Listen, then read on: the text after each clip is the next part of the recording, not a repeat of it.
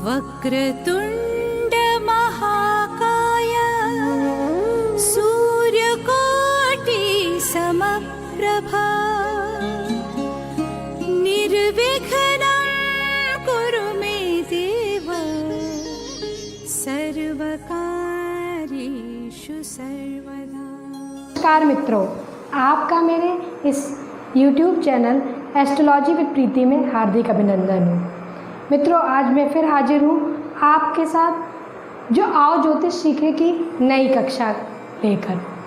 मित्रों, आज मैं आपको बताऊंगी ग्रहों के मंत्रिमंडल के बारे में, उनके वर्ण के बारे में और उनके लिंग के बारे में। मित्रों, पहले के एपिसोड में आपने देखा कि मैंने कुंडली से संबंधित राशियों के बारे में, लग्न, चंद्र कुंडली, सूर्य कुंडली के बारे में बताया। आज उसी श्रृंखला को आगे बढ़ाते हुए मैं आगे की कुंडली के बारे में बताऊंगी। आज आप देखिए कि हमारे 9 ग्रह हैं। आपको ये मैंने पिछली एपिसोड में जानकारी दे दी है। मित्रों, सूर्य, चंद्र, मंगल, बुध, बृहस्पति, शुक्र, शनि और राहु केतु। राहु केतु वैसे तो अलग एक ही है, लेकिन क्योंकि उनका धड़ और सर अलग है इसलिए उन्हें अलग अलग कहा जाता है। लेकिन जब हम यहाँ पर मंत्रिमंडल और इस तरह की आपको सूचनाएं या इन्फॉर्मेशन देंगे तो आप देखेंगे कि इन दोनों को एक में ही बताएंगे। मित्रों, सूर्य हमारे ग्रहों के मंत्रिमंडल में राजा हैं, चंद्रमा उनकी रानी, मंगल सेनापति हैं, बुध उनके राजकुमार, बृहस्पति मंत्री, शुक्र भी मंत्री परामर्शदाता मतलब, शनि सेवक, राहु केतु द्वारपाल या सेवक ही गण में आते हैं। उसी प्रकार ग्रहों के वर्ण भी निश्चित हैं। जैसे सूर्य क्षत्रिय वर्ण का है, चंद्रमा वैश्य वर्ण के हैं, मंगल क्षत्रिय वर्ण के हैं, बुध वैश्य वर्ण के हैं। यहाँ बृहस्पति और शुक्र ब्राह्मण वर्ण के हैं, शनि शूद्र वर्ण का है और राहु केतु मलेच्छ वर्ण के हैं। मित्रों, ग्रहों के देखिए सब हो, ग्रहों का वर्ण भी होता है और ग्रहों का लिंग भी होता है कि वो किस लिंग के हैं, पुरुष लिंग के हैं, स्त्रीलिंग के हैं, नपुंसक लिंग के हैं। उसमें आप देखिए कि सूर्य पुरुष लिंग का है, चंद्रमा स्त्री, मंगल पुरुष, बुध नपुंसक कहे जाते हैं, नपुंसक में पुरुष, और बृहस्पति पुरुष हैं, शुक्र स्त्री हैं, शनि नपुंसक में स्त्री और राहु केतु स्त्री। यहाँ पर बहुत ज्योतिष शास्त्रियों का अलग अलग मत है, अलग अलग किताबों में अलग अलग मत प्राप्त होते हैं। कुछ लोग राहु को पुरुष कहते हैं, केतु को स्त्री कहते हैं, कुछ लोग राहु केतु को ही पुरुष कहते हैं, इसलिए यहाँ पर अलग अलग मत है। मित्रों, और कुंडली में आपको ग्रहों की शुभता अशुभता के बारे में भी बताएंगे कि यह ग्रह नेचुरल प्राकृतिक रूप से कुछ ग्रह शुभ हैं और कुछ ग्रह प्राकृतिक रूप से ही अशुभ हैं। जैसे शुभ ग्रह की श्रृंखला में मुख्यतः 2 ग्रह हैं जो पूर्णतया नेचुरल, जिन्हें प्राकृतिक रूप से कहा जाता है कि वो शुभ हैं। वो हैं गुरुदेव बृहस्पति और दानवों के जो गुरु कहे जाते हैं वो शुक्र। ये दोनों शुभ ग्रह हैं।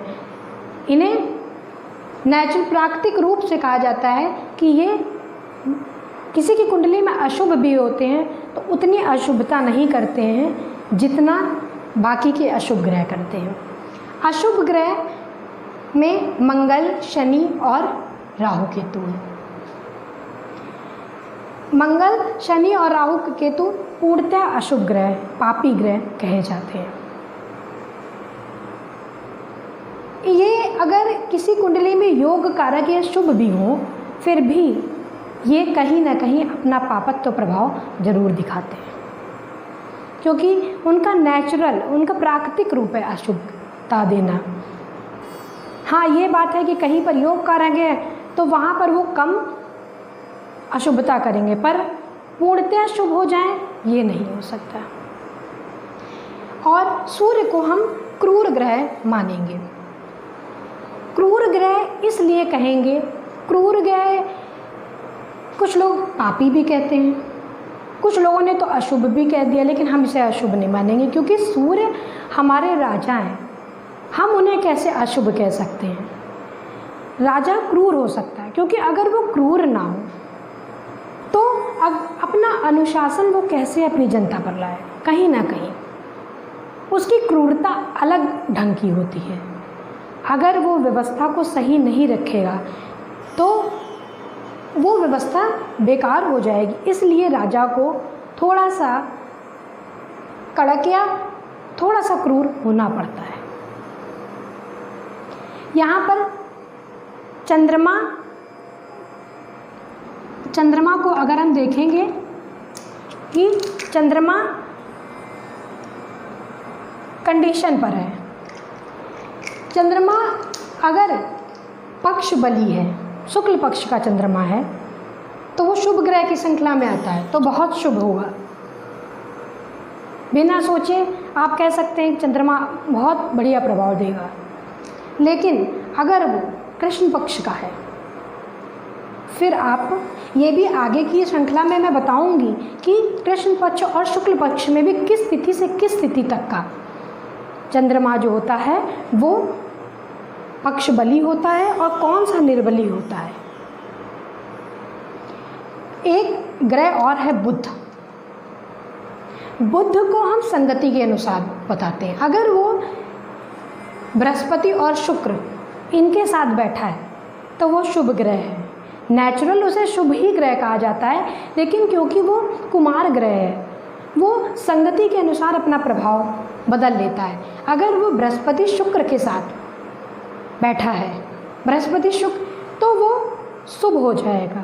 लेकिन अगर वो मंगल शनि राहु केतु के साथ बैठा है तो वो अशुभ हो जाएगा। अतः बुध का प्रभाव भी कंडीशन पर होता है। तो मित्रों, यहाँ पर पता चल गया कि शुभ ग्रह मूलतः दो हैं, बृहस्पति और शुक्र। चंद्रमा और बुध, ये इनके ऊपर कंडीशन अप्लाई है। पक्ष बली चंद्रमा और बुध शुभ ग्रहों के साथ शुभ है, और पक्ष निर्बली चंद्रमा और बुध संगति के अशुभ ग्रहों के अनुसार अशुभ है। तो मित्रों, आज के लिए इतना ही। अगले एपिसोड में मैं लेकर आऊँगी कुंडली से संबंधित और भी जानकारियाँ। मित्रों, देखते रहिए हर एपिसोड को। जो भी बातें समझ में नहीं आती हैं वो आप कमेंट बॉक्स में डालिए, और जितनी भी इन्फॉर्मेशन या जितनी भी मैं आपको जानकारियाँ दे रही हूँ उन्हें आप किसी कॉपी में भी नोट करते रहिए। और आने वाले एपिसोड में आपको कुंडली से संबंधित और भी जानकारियाँ दूंगी। तब तक के लिए नमस्कार।